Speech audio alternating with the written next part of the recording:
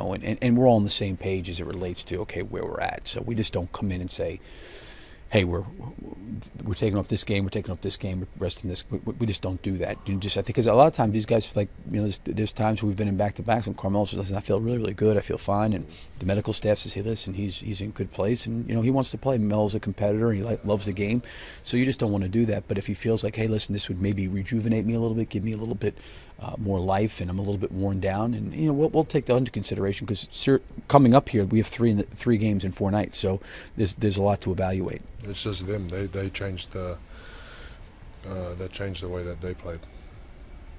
That's pretty much it.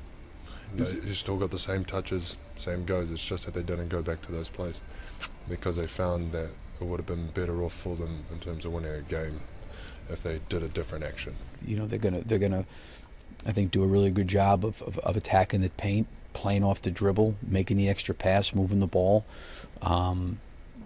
You know, they're going to you know, really be good defensively in terms of protecting the deep paint, protecting the rim, and trying to keep you off the free throw line. So, you know, you're gonna, they're doing those things, you know, both at home and on the road. And I think for any team, when you go on the road to play, it's always more challenging. It's easier to guard if someone's just ISO, because then it helps us, because everyone's already set, ready to defensive rebound and sprint out. Now, if you constantly move the ball, which they did change to doing, everyone's scrambled now. It's much harder to get those box outs, and then it's a lot harder to quickly transition to the next phase, which is offensively, you know. So if the team comes down and runs their set with a lot of pace and creates you into this sort of a scramble mode situation, that's when it's just hard to play any big.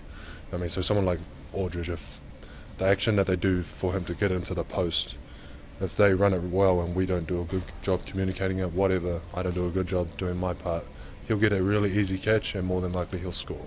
Does that make sense? I mean, it's just a guy who's been around the game. It's very rare that you get these coaches that played as long as he did and how well he did, you know, in this situation. Does that make sense? So like when he speaks, he you know, it's comfortable knowing that he knows because he's been through the paces. And what he says is influenced by what he's experienced a lot, and so we can relate really easy. And what he says, it's really for all the players who just click on really fast. So obviously it's been great, and whatnot, having him. Yeah, should be a good time for him, man. Honestly, it's a proud moment for him.